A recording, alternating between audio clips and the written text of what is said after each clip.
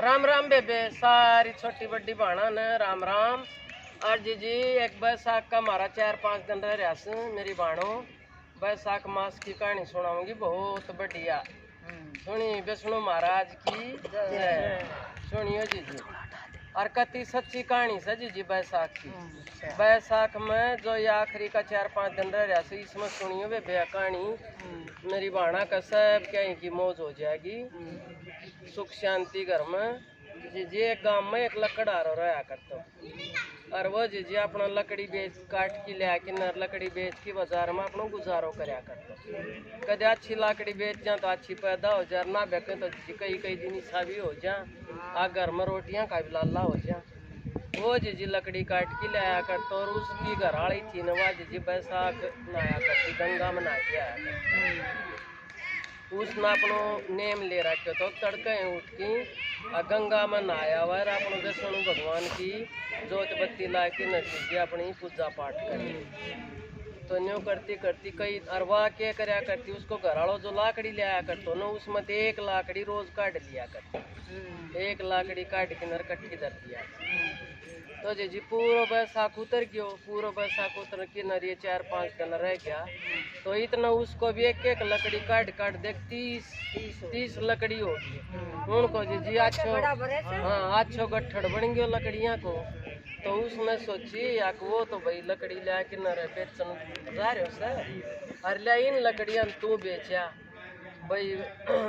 आखिरी को बैसाख आवेगो तो 5 पंडित जमा दूंगी, हर जी पंडिता दक्षिणा दूंगी, धर्म हो जाएगा। तो इन लकड़ियां बेच के बाजार में जो पैसा मिलेगा उनको सामान लिया। तो देखिए दान करना हो तो जान भी ना पड़ता। हाँ और हाँ तो बोली इनको मैं वही राशन लिया हूँ।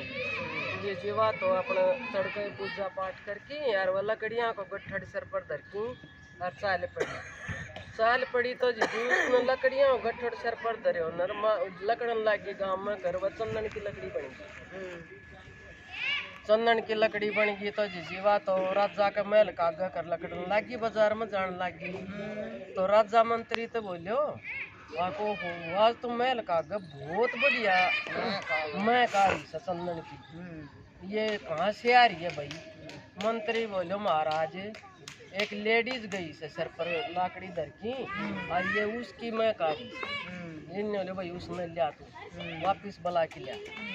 तो जी उसने बुला ले आयो, तो दर्जी बोली आदेश महाराज।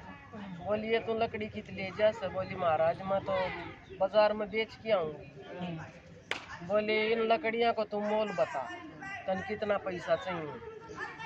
तो बोली महाराज मन तो इतनो चाहिए कि मैंने 5 पंडित जमाना से और उन ताई दक्षिणा देनी से, और इसके बाद मैंने कुछ नहीं चाहिए। बोलो ठीक सर। तो उस दिन जी उनका आदमी की लाकड़ी नहीं देखी, वो उस दिन रात न करना ना आए।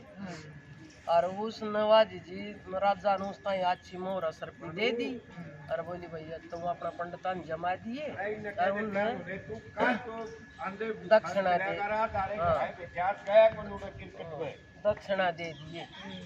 तो जी उसने तो आगे और वह उसका तो अच्छा बढ़िया तो भोजन बनायो सब क्या मौज। और उन्होंने जी 5 पंडित बुला लिया, 5 पंडित जमा की और जीन जाम की उन्होंने दक्षिणा दे दी। तो वह जी उनका पाँच उचकारण लगी, उन्होंने जी आशीर्वाद दे दियो।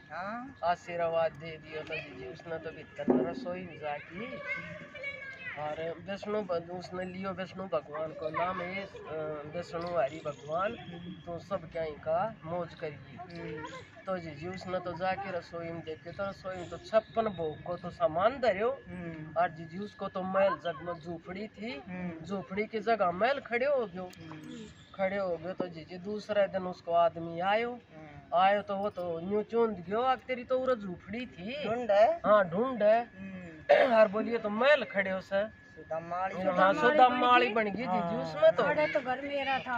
हाँ तो जी वह शामी खड़ी बोली यो केस है, बोली सब के विष्णु भगवान की माया। उन्होंने जी अपनी सारी कहानी बता दी। आग भाई मैं लकड़ी लेके गई, वह लकड़ी चंदन की होगी और पंडित जमा दिया और सारा काम।